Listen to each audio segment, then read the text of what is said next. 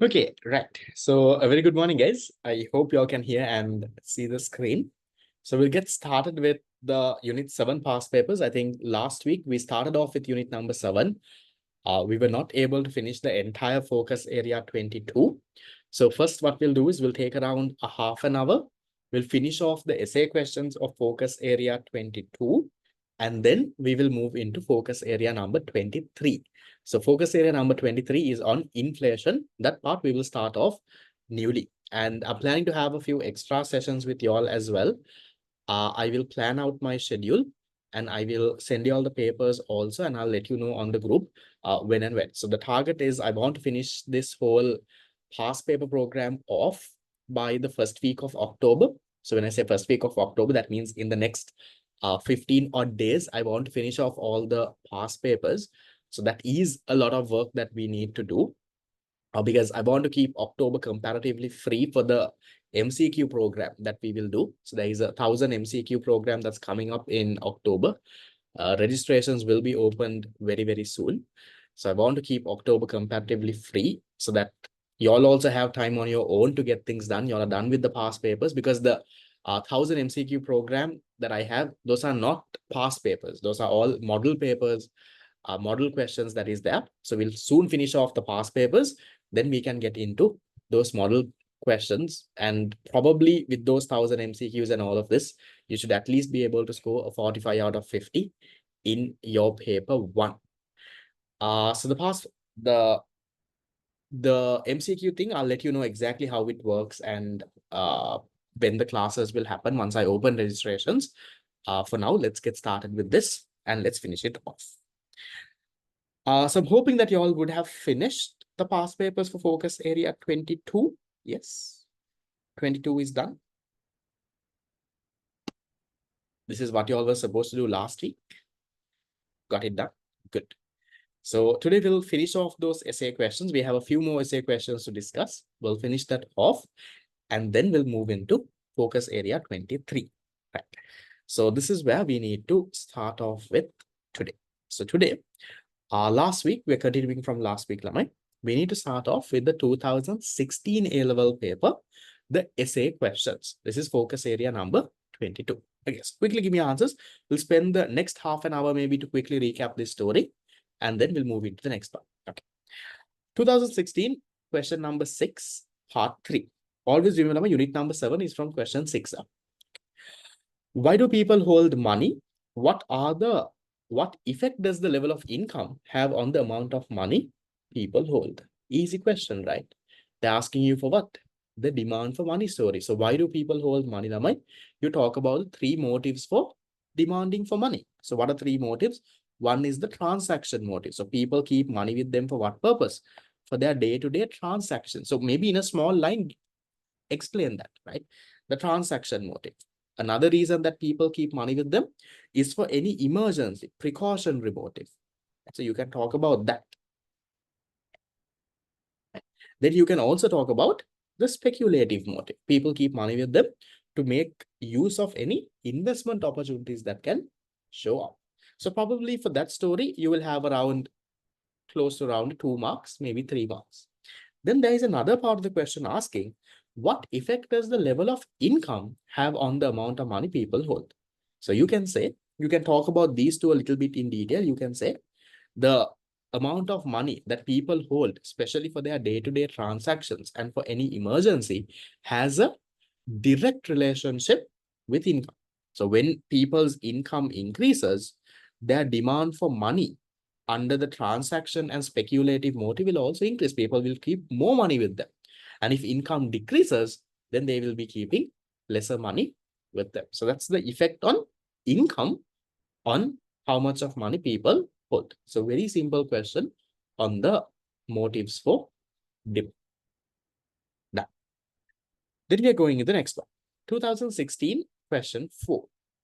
The question is saying, assume in a hypothetical economy, money supply is 3,600. Okay. Now, when they just say money supply, what is that money supply? M1, M2, M2B, M4. That is M1. If they are silent about it, it's always M1. So M1 is 3,600. So M1 is the addition of what and what, Lamai? It is currency held by public plus demand deposits. So they're saying M1 is 3,600. Okay. And they're saying total bank deposits are 32. So then this is 32 means, then you know, Lamai, the missing figure. The missing figure is this. No, speculative motive will not have a direct relationship with income. Speculative motive depends on interest rate. The other two depends on income. Okay. So then they're saying SRR is 10%. Banks don't hold excess reserves. What is the value of money multiplier? We did a very similar question before also. So how do you find the money multiplier? Money multiplier is, this is not deposit multiplier. Okay. This is money supply over high powered money, not deposit multiplier. This is deposit multiplier is only 1 over SR. So how much is my money supply? My money supply is 3,200. How much is my high powered money? High powered money is the addition of what and what? High powered money is currency held by public, currency held by commercial banks. Usually that is their excess reserves. Commercial banks deposit with the central bank. That is their required reserve. And then you have other government agency deposits with the central bank. So we'll try to calculate these four. Now, currency held by public, we already got, remember, from the missing figure from M1. When we read the question itself, we figured that out. So then currency held by public is 400. Are there any excess reserves? Sorry, my supply is 36. Sorry. Are there any excess reserves in the question? Are they saying? They're saying there is no excess reserve. So then we can assume currency held by the commercial banks are 0. Okay. Commercial banks deposit in the central bank. What do commercial banks deposit in the central bank? Any required reserve. How much is the required reserve? From the total deposits, they have to keep a 10%. So total deposits are 3,200. Aking SRR is 10%. So 3,200, 10% of it is 320. Okay. Are there any other government agency deposits? Have the question talked about something? No. Okay. So if that is the case, how much is my total high powered money? 400 plus 0 plus 320. That is it. Currency held by commercial banks.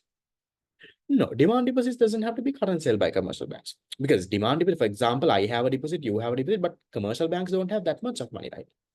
Actual money is only bit. Demand deposits, they have multiple types. So demand deposits and currency held by commercial banks are not the same. Okay. Because there is credit creation. Actually, there was only, let's say, 100 deposited, 100 of actual cash, but they have created multiple deposits. The actual cash is what we are trying to calculate. Okay. So it's 720. So if that is the case, money supply is 3,600, high powered money is 720. How much is my money multiplier? My money multiplier is 5 times. Right. So then the next question is asking, what could the central bank do to decrease money supply by 100 million? Okay, first of all, if you want to decrease money supply, should the central bank sell government securities or buy government securities? What should the central bank do? CBSL has to, if you want to contract, they will decrease money supply, buy or sell. They need to sell government securities. They have to sell. So commercial banks will use their money and buy. Then commercial banks don't have money to give out loans. Money supply will come down. So CBSL has to, central bank has to sell government securities. Now they're asking you to decrease money supply by 100. So now here you have to use the money multiplier that you have talked about. How much of government securities should they sell?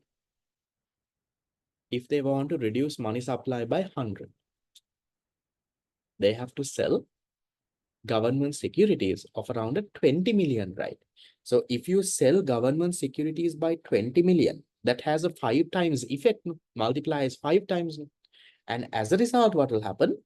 Your money supply will come down by 100 million. Now they can ask you this the other way. They can ask you, if the central bank wants to increase money supply by 100, what should they do? Then what should they do? They should buy government securities. They should inject 20 million. That will get multiplied by 5 and the money supply will go up by 100. So here you're working the other side. You want to reduce money supply. Therefore, what you do? You sell government securities. Exactly. So high powered money will fall by 20 then. So you're selling government securities, or in other words, you're doing this. You can reduce SRR, but then specifically the question is saying no, decrease money supply by 100 million here. So then you can't talk about, sorry, increase SRR, then you can't talk about a increase. Exactly, you have to say how you get the 100. Now, always remember, Lamai, now when you get a question like this, the subparts are connected, Lamai. The subparts are connected. So now part A is connected to part B. Now, in part B, when they talk about decrease money supply, now you can decrease money supply by anything, right? Any contractionary monetary policy. You can decrease money supply by increasing SRR, increasing policy rates, let's say having even moral suasion, so much of things. But, and also the fact that they're giving you a number here, right? So now you can't say increase policy rates, because then how do you get 100 million exact? Now, if the question says, what can the central bank do to decrease money supply, then you can give all the points. But how 100 million? So to get 100 million number, because we have a money multiplier of 5. That's why we are saying sell government securities of 20. So if you sell government securities of 20, it will get multiplied by 5, and your money supply will fall by 100. It's connecting with that money multiplier that is coming. Is the multiplier practically used? It doesn't work exactly like this, but to some extent, yes. Okay, right, done. So that's 2016 part 4. Then we move into 2017. 2017, again, question number 6, part 4 is asking, what do you mean by high-powered money? We've done this question before as well. So what is high-powered money, Lamai? Remember I explained last week. So we say high-powered money are the direct financial liabilities of the central bank that does what? That makes the base for the money supply of an economy. Or in other words, in simple terms, you can say it is the actual amount of notes and coins printed by the central bank. So I think we did that same question before. Somewhere it should be there. Yeah, this one. Right, so here, 2013 A levels, question 6, part 1. So there I explained the story to you last week. So I'm not going into that again in detail. You can write the same thing. And then now the next question of it, that's an interesting one. Does a central bank have perfect control over the stock of high-powered money? So central bank is the one in charge of printing money. The question is asking, do they have perfect control over it? Do they have perfect control over the amount of money that they can print? What do you all think? Yes or no? So for now, right now, they have a bit more control than back in 2017. But so you can say, now there is no perfect control. So why?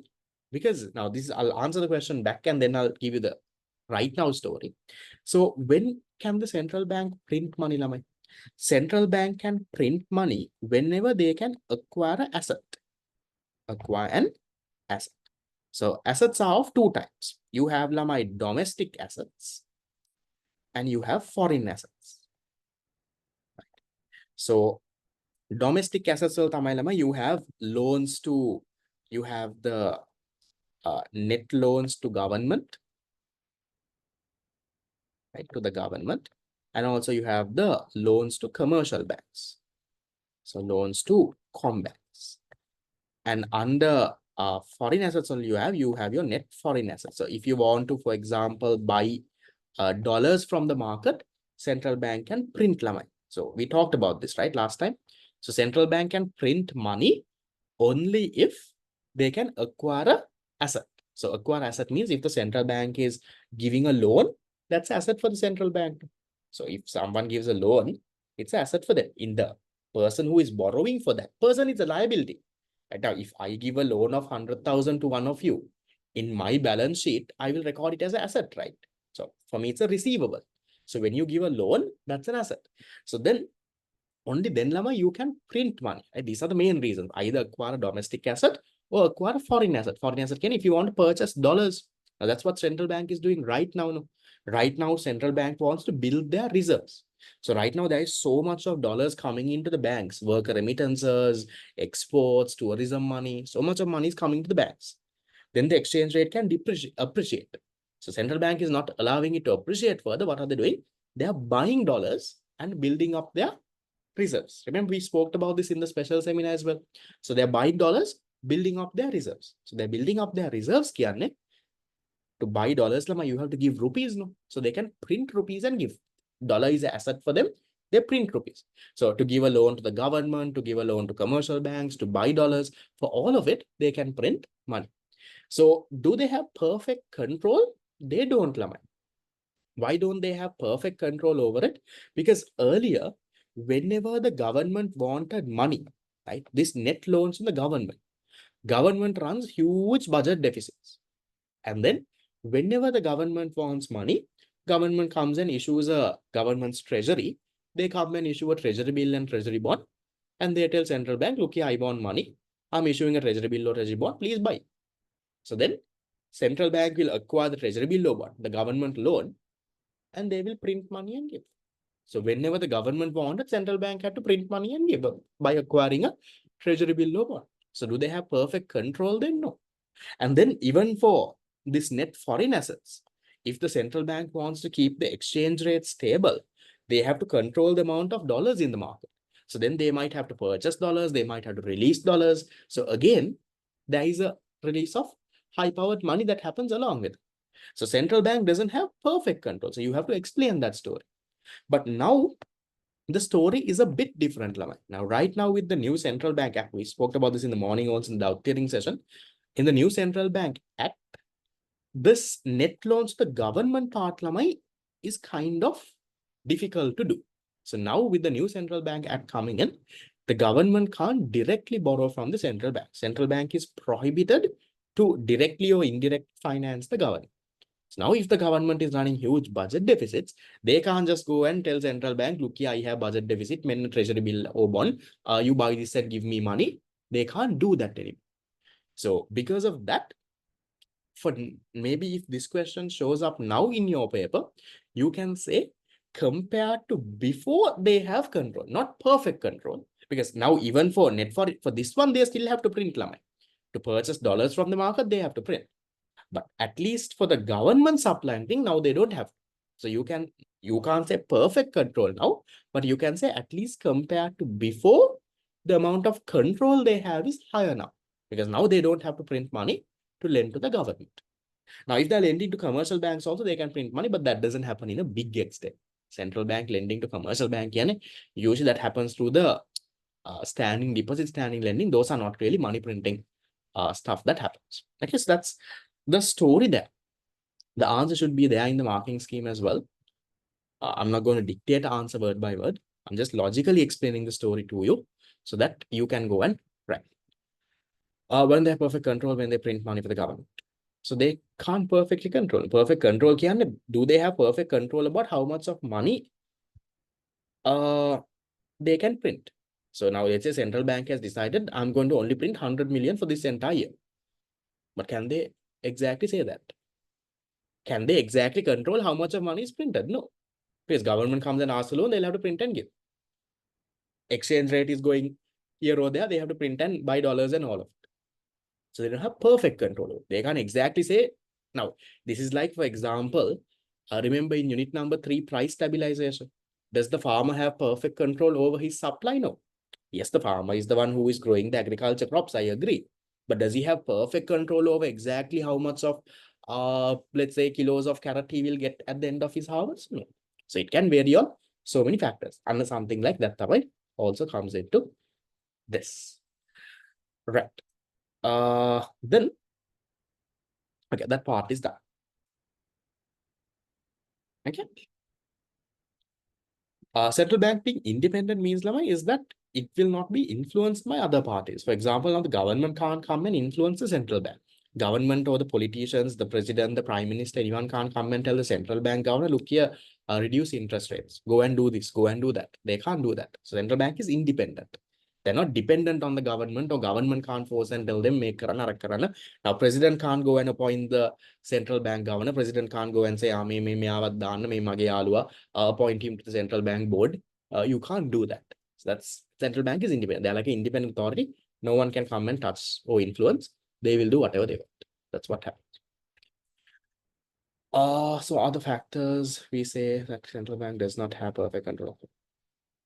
No, these are not the factors that we say don't have control. These are the channels where they're releasing high-powered money. So I'm just showing you how they don't have control because they have to sometimes release high-powered money in this situation. If they want to give a loan to the government, buy net foreign assets, all of it, they'll have to reduce. So they don't have perfect control. These are the determinants of high-powered. Right, moving to the next. Then 2019, question number 3. Distinguish between transaction demand and speculative demand. Easy question, Lama. If something like this comes, it's like 3 marks. So talk about the effect, draw the diagram if you want, do all of it. So what is transaction? That is what money people keep with them for their day-to-day transaction. That depends on income. So Bodak explain, why do people keep money with them for their day-to-day transactions? Because there is a lag. There is a lag between when people get money and when their expenditures happen. There is a gap there. People get money usually only once a month, salary. But your expenditure happens every day. So therefore, you have to keep some money with you for your day-to-day transactions. And that depends on income. Draw the graph and show. Then what is speculative mode? That is the money people keep with them for investment purposes, for any good opportunities that might come. So you keep some money with you and keep, if a good opportunity comes there, taggal to invest and make a profit out of it. So then you can talk about that depends on interest rates. If you want, you can go detail and talk about the price of bonds and that story.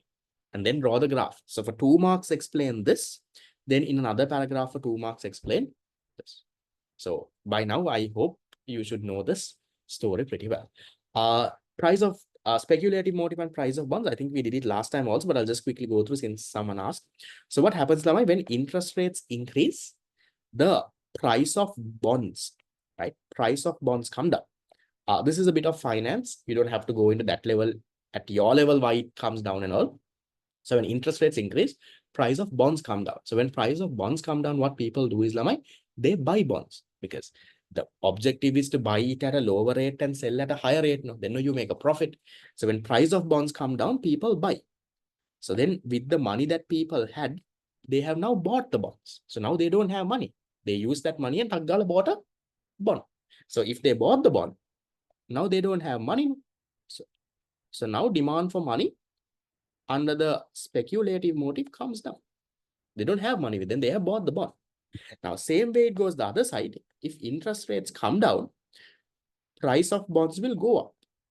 So if price of bonds go up, what will happen? People who already have bonds will now sell their bonds.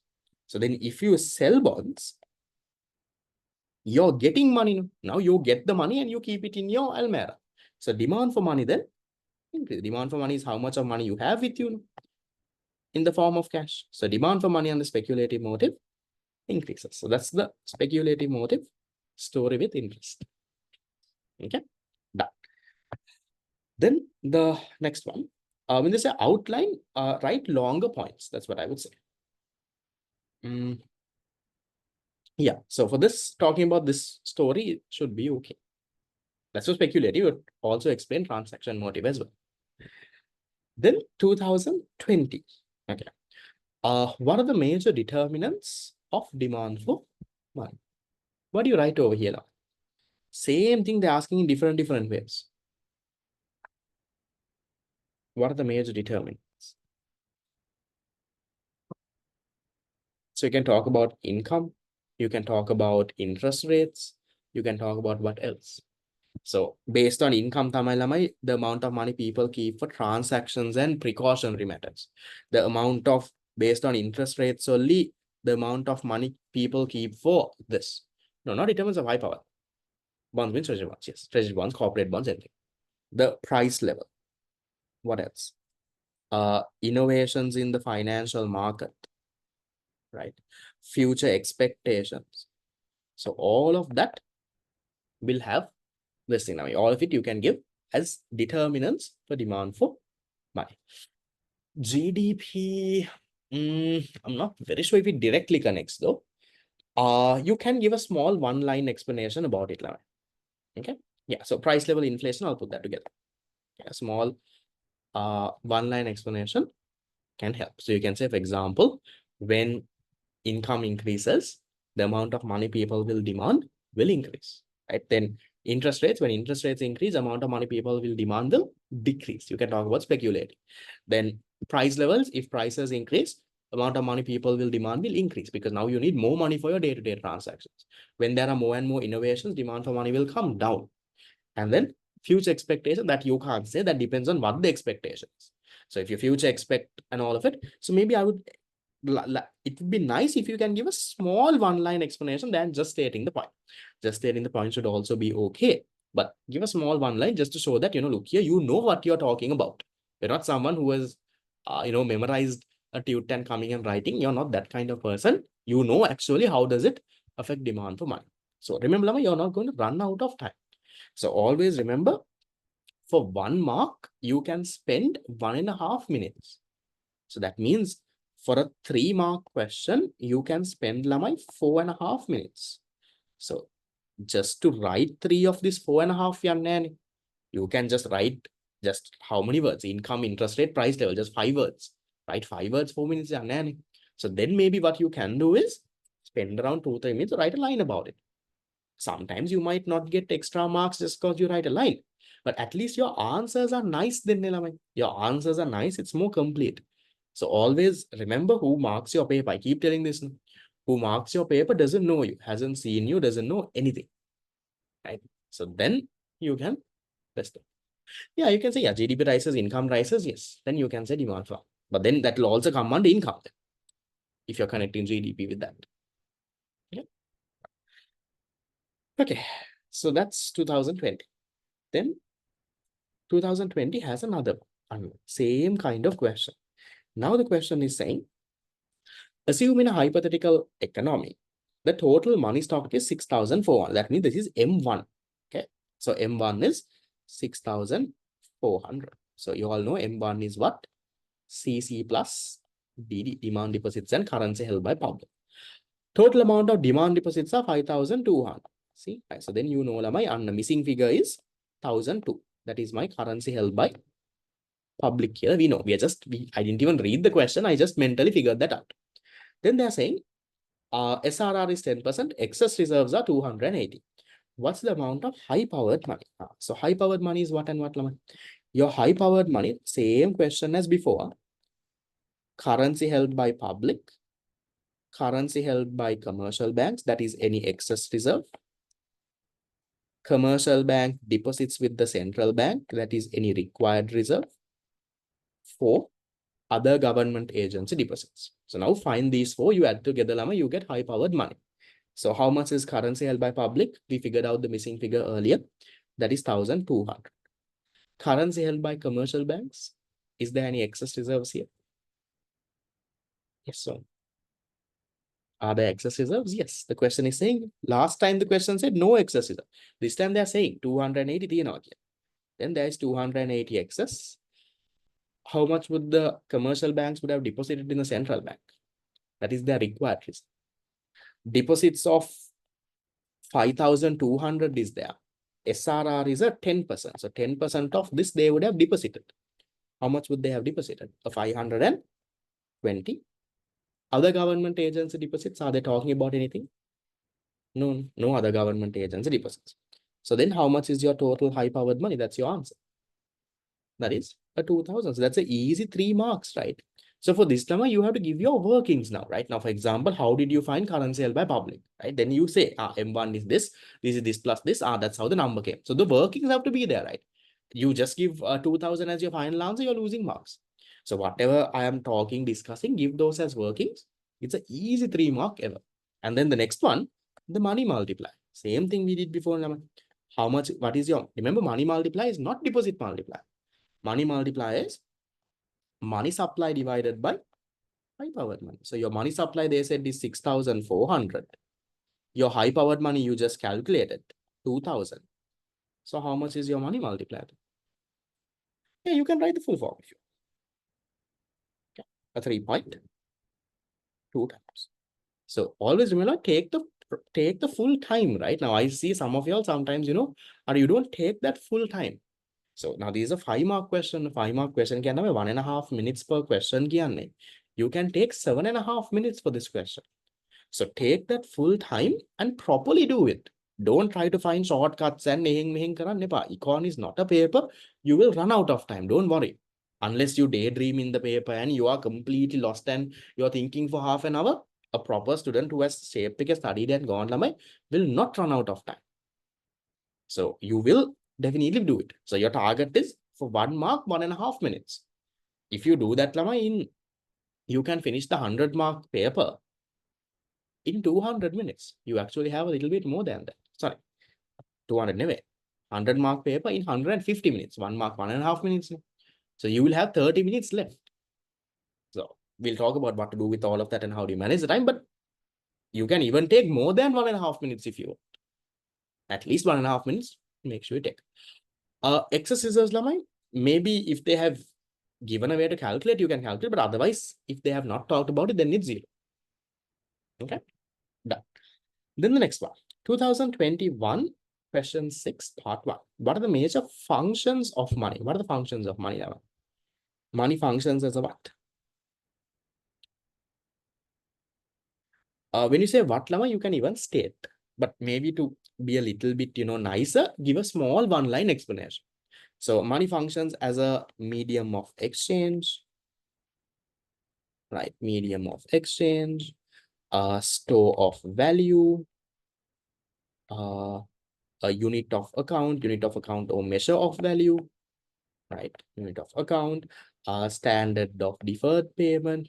So now here, the question verb is what. So even if you write points like this, you should get your full marks. But again, like I said, it's a 4-mark question. You can take 6 minutes. You don't need 6 minutes to write these points. So then to be more nice, to show the exam, look here, I'm not a stupid. Remember, right? Now your term, whoever who marks your school term exam paper, they know you know. So with that mentality, they mark your paper. And they know maybe in a mode, this fellow never comes to class. They know that only they mark the paper. But this one who marks your paper doesn't even know you.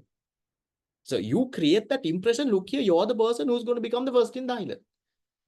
They don't know you. They don't know whether you're male, female, which school, which religion, how you wrote it, are you first in class, are you the one who wins the prize? They know nothing about it. So then your handwriting, how neatly you write, how, properly you structure your answer, all of that matters. So create that impression, Lavai. This is your, after learning for 2 years, this is the final exam you're doing. So write everything you can. And I say, write everything you can, make you explain karanne ba. But write nice, complete answers. That's what I want to do. So then give a small one-line explanation about this. Make it more complete. You might not get marks for it, but you're setting the impression to the examiner that, look here, I know my stuff. Right. Next one. 2022, distinguish between near money and money substitutes. I think we did a very question recently also, I think in the mock exam paper. So what's near money number? Near money is the money that functions as a store of value. It functions as a store of value, but does not function as a medium of exchange. So they are highly liquid assets. You can define it in your way, Lama. You can say these are the highly liquid assets that does function as a store of value, but does not function as a medium of exchange. So you can't use near money for your day-to-day transactions. Example, savings deposits, fixed deposits, treasury bills, treasury bonds, right? You can't use those to go and pay in Cargills. Right? So for 2 marks, explain that story. And now then say, on the other hand, now next paragraph, 1 paragraph you've written. Now say, on the other hand, money substitutes are what? These are things that can be used as a temporary medium of exchange. It can be used as a temporary medium of exchange. For example, things like what? Debit cards, credit cards. So this reduces the amount of actual physical cash that you have to carry. This doesn't function as a store of value. Or like whatever points that you kind of wrote here, see if you can write the other side of it here. Then for 2 marks, write a nice paragraph. Very common question that you should be prepared for. These are not difficult ones, Lamai. So try to score the full marks. So even when it comes to question number 6, right? Yeah, definitely leave a line after paragraphs, Lamai. Don't put everything together. Remember, whoever who is marking your paper, Lamai, these are not very rare. You will find a young teacher marking your papers. Usually in government schools, all these teachers are comparatively old, Lamai, at least 40, 50 years old. No? So those are the people who mark your paper mainly, majority. There will be some young crowd also, but majority is that.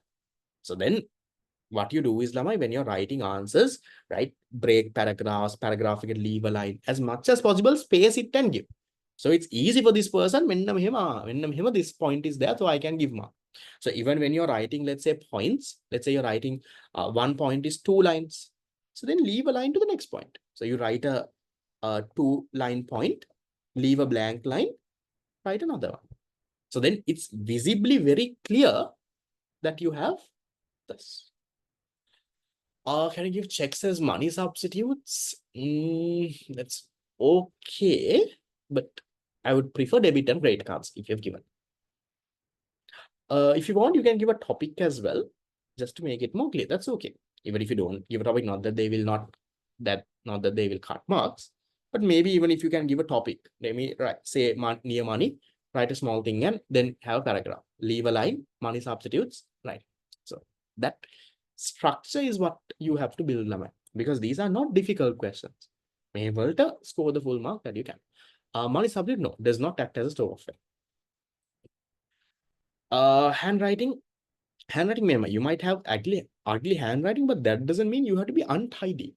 Maybe your handwriting is not, you don't have that bold and nice handwriting. Oh, nah. But at least keep it neat. That you should be able to do. Not a lot of cutting and chopping, and you can't start one line here and the other line can't end up in another row, right? Neatly space it and all of it and have that. Two sides of one question, that's okay. Usually you can even take a little bit more. Now, usually I remember, I'm not saying it's not about the number of pages you write. It depends on your handwriting and all of it. I remember usually when I was doing A levels, I take roughly around 3, maximum 4 sides to write one full essay question. So let's say essay question number 7 in your paper or number 6 in your paper. So I'll take 1, 2, 3, definitely 3 with Rana, and then maybe another one that is there. So that's the story. Have you ever wished you had a sir like you during that time? I don't know. Maybe the teachers were okay. Maybe we were not spoon-fed as I spoon-feed y'all, but we learned it somehow or the other. But you actually need to realize, Lama, now the amount of spoon-feeding is much more, right? And that's why the English medium students are doing well compared to single medium students. English medium students have the recordings. Nothing like a recording. You go to class එක cut කරලා you go bunk it. The next day you have to figure it out on your own.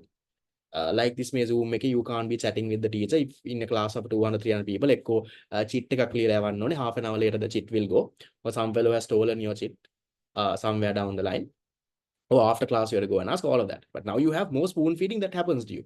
All the past papers are there on YouTube. I mean, now do you think Lama, we got a past paper due classified like this? So when we were doing A levels, you have your past paper 30 size sometimes you do. So here every single past paper I've classified it, given in small parts and doing all of it. So the amount of spoon feeding is higher to you, but remember this spoon feeding that I'm doing to you can also be bad for you in the long run. When you go to the university, you will realize there is not a single person who is going to spoon feed you. But I hope that next step happens. That much of big answers can not big answers, but you have to write proper enough answers. I'm just saying I would have taken roughly around 3 to 4 sides to write one. I remember usually, because I remember in school term exams for econ and all, I would have had around for entire paper 2, I would have had around 16 to 20 papers. So I'm saying my time can these A level papers I think. So 16, 20, my time cannot very old. I did A levels in 2017. So 16, 20 pages can sides. So definitely in A levels, the book that you get a book with around 10 pages that has to ideally finish. Now, even I remember in the physical exam that we did last time, not all of you all were able to finish that first set of things. Now, how much of papers did I give you at the start? 12 sites. When you all entered this thing, you all got 4 papers. That was 16. That was a lot anyway. So maybe at least if you finished all of that 60, if you had pages left with you, then that's a problem. Maybe if you took way more pages than, let's say you had like 25, maybe you're writing a little too much. 24 papers, a little too much. around 20-ish is the ideal level, but sometimes some of you all might have big handwriting and all of it. So don't worry about the space and the number of this thing. Roughly, I would say, if there is an answer of around 16 to 20 pages ish, means you have kind of written completely. Even less than that, you can write. I'm just saying. Okay, 22. Next one. Explain the relationship between interest rates and the demand for money. So between interest rates and demand for money, Islam, you talk about the speculative motive. And this story, what I explained over here, is what you have to write. So when interest rates increase, prices of bonds will come down.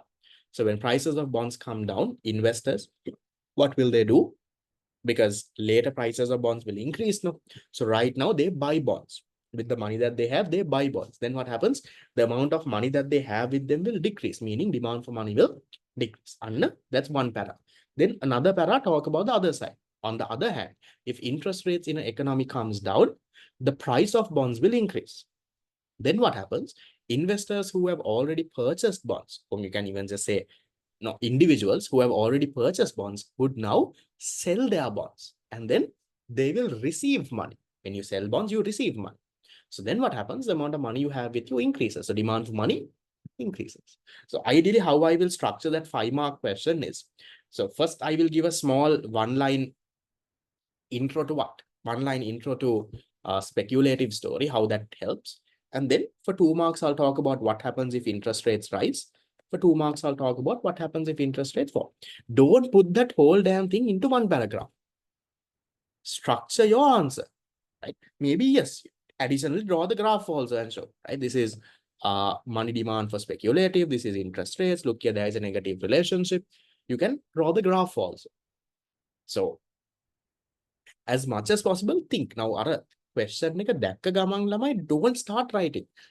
You don't have to make a like a draft in another paper. But what you should do is ළමයි, in your head, take around 30 seconds. Okay, 5 marks now. Okay, how is this 5 marks broken?